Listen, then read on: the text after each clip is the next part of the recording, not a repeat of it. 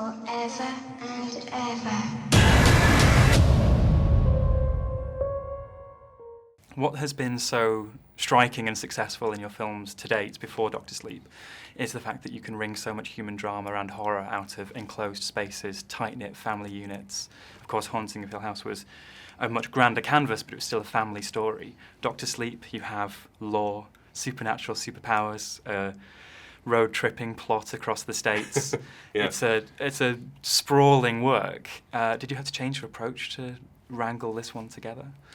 No, it's very interesting because even stories like Dr. Sleep, that I think you're right, they're very sprawling. Mm-hmm. You know, there's an intimacy that's baked into it, and that all comes from Stephen King. Yeah. And I think a lot of, you know, I've been a King fan for so long that a lot of the way he approaches things has always kind of bled into my work, whether it's an adaptation of his stuff or not. Mm-hmm. And what I learned reading his stuff was that the most effective genre stories for me as a reader were the ones that were intimate, were about, you know, about the struggles that go on within an individual character or within a family. It kind of doesn't matter if they're isolated to one house or spread out across the country. You know, the approach is very much the same, which is try to grab on to the one most relatable emotional element of each character and just hold on as tight as I can to that, you know, until the movie's over.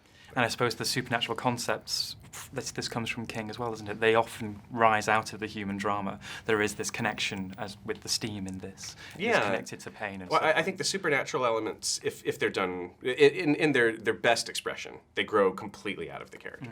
Mm-hmm. And then that way, they're really just kind of a metaphorical storytelling tool that you're examining this family or this person or addiction or recovery, and the supernatural element that he's painted onto it.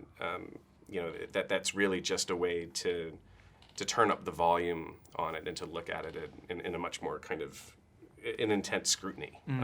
But yeah, I think that's a lesson that Stephen King taught me when I was just a very young reader, and I've always held on to that. Yeah, we've spoken a lot about Stephen King already, but something that's so exciting moment to moment watching this film for me is that it's this almost triangle of voices. You do have the influence of King there, you're adapting his novels, you have the influence of Kubrick, you're providing a sequel to the Shining film, but it's also a Mike Flanagan film. And I wondered, how did you approach balancing those two titanic figures on your shoulder, but then also insert yourself, your own voice and point of view into this film? It was obvious to me very early. You know, I am not Stanley Kubrick, and I will never be Stanley Kubrick. And I thought the only way I could really, truly, kind of spectacularly fail with this movie was to try to be Stanley Kubrick. And there were elements of the way he did The Shining in particular that have influenced and informed the way I approach my work my whole life.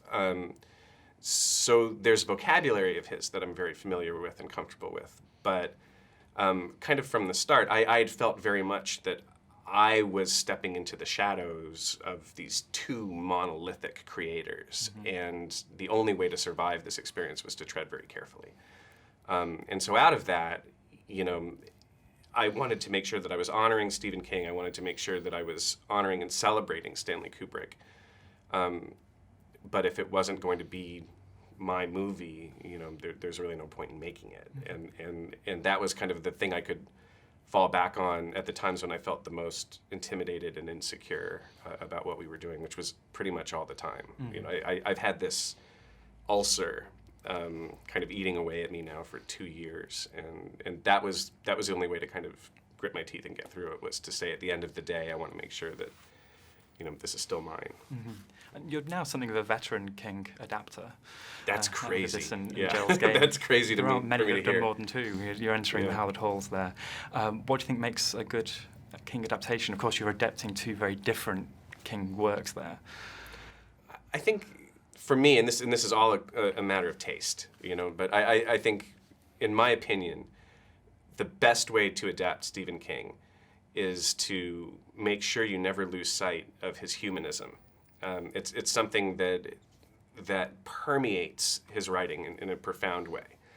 And when people adapt something they perceive as a horror story, it's often the first thing to go. It feels like the thing that's the most expendable. Because if you can hold on to the scares and the monsters and everything else, then they think, okay, well, we've done a good job taking this #1 best-selling horror book and making a horror movie.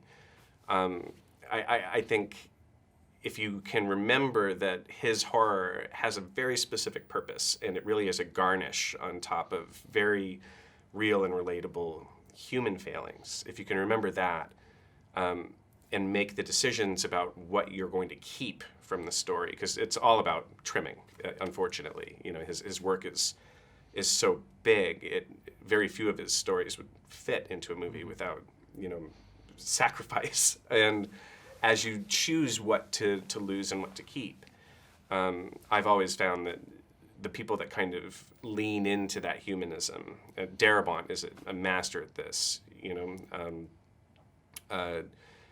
those adaptations to me are the most successful. And they give you something to hold on to that isn't just the monster here, or the death or the blood. It's really kind of strikes at what the heart of Stephen King is for me, which is just such an empathetic voice, telling stories in such a dark world. It's really something. Just to move on to Ouija, Origin of Evil. Sure. Of course, it feels like it's years ago now. It's only a couple of years since that film was made. I know, You've feels made like so many films since then. Yeah. Worked on so much since then. This is an opportunity to almost introduce it or reintroduce it to a new audience when it's on TV. Could you share with us some memories or how you regard it now looking back? Ouija Origin of Evil is actually the most fun I've ever had making a movie, ever. It was such a bizarre experiment, coming into a franchise where, you know, the first film had performed so well financially, but was not well regarded by the critics, and the creative bar on it was kind of set at this very strange place for me, where they said, hey, you can come in and do whatever you want. It was one of the most challenging and fun projects I've ever had to do, because I was trying to make the kind of movie I remembered watching when I was a kid. It was all, for me, about recreating the same experience I'd had watching these kind of PG and PG-13 introduction to horror movies when I was young. You know, down to, that's why we included the cigarette burns and the real changes and all the little details that are forever kind of how I remember learning about horror films.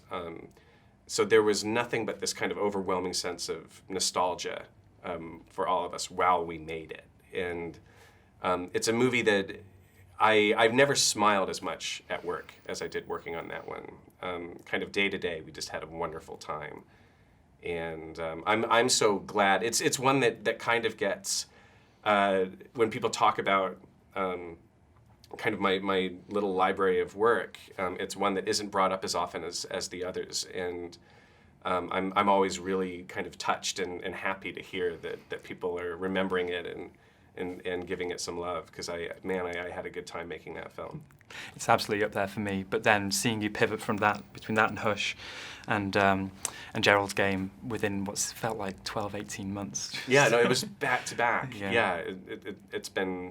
It's a very strange thing, because they are so piled up on each other. Mm-hmm. It's hard for me to kind of. It's amazing that Ouija was so recent. I think of it as 10 years ago, but no, it was like 3 years ago. That's madness. What is the secret to how prolific you are as a filmmaker? Is it just not sleeping? Yeah, I haven't slept in a long time. I think I wanted to do this for a living for so long, and couldn't. That once I started being able to make movies, I always had this feeling like it could go away at any time. The bubble could kind of burst as quickly as it appeared. And so I've always made sure that as soon as a project is over, I try desperately to get the next one up and running, so that they overlap. And I never really look back, because any project I'm working on could be the last one. That's how I felt in the beginning anyway, that it felt so kind of unreal that I was able to do this at all. It could just disappear, so I better keep working. And then as the years have gone by, and I think now there is actually kind of stability. I'm only starting now to kind of feel that the ground under my feet is solid. I'm starting to really want to slow down a little and breathe. and spend time with my family and actually get some sleep. But yeah, I don't know if there's a secret to it so much as I'm compulsive and terrified, and so that's the secret to my success. Terrific. A quick fire question that we're asking a lot of people around this time of year and the run up to Halloween is, what was the first film that absolutely terrified you? Oh man, the first thing I remember seeing that absolutely terrified me was an episode of Fraggle Rock. They had a storyline on Fraggle Rock called The Terrible Tunnel, and it was this tunnel in Little Fraggleville that was full of all the ghosts of the Fraggles who had wandered in and never been able to get out.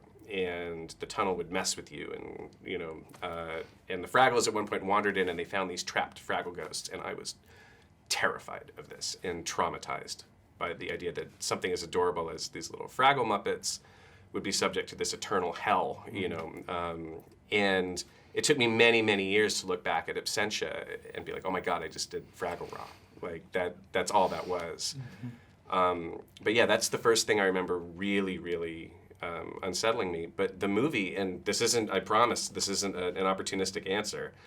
The movie that I saw first that wrecked me was The Shining.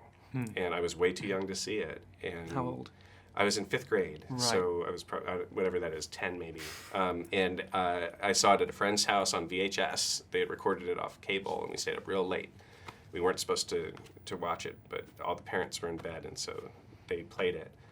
And I was, nauseated by how afraid I was. And it burrowed into my head in such a profound way that I wouldn't look at horror films for years after that.